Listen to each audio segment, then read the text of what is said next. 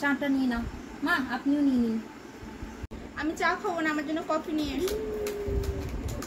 বৌমা শোনো শোনো শোনো, তুমি টিপ পরো না কেন গো?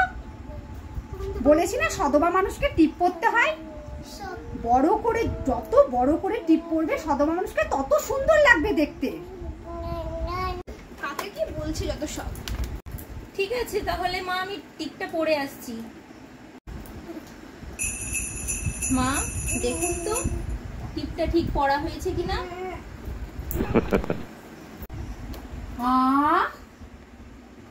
মনারে দেখে যা দেখে যা, তোর বৌদির কীর্তি দেখে যা, ওর টিপ পরা দেখে যা।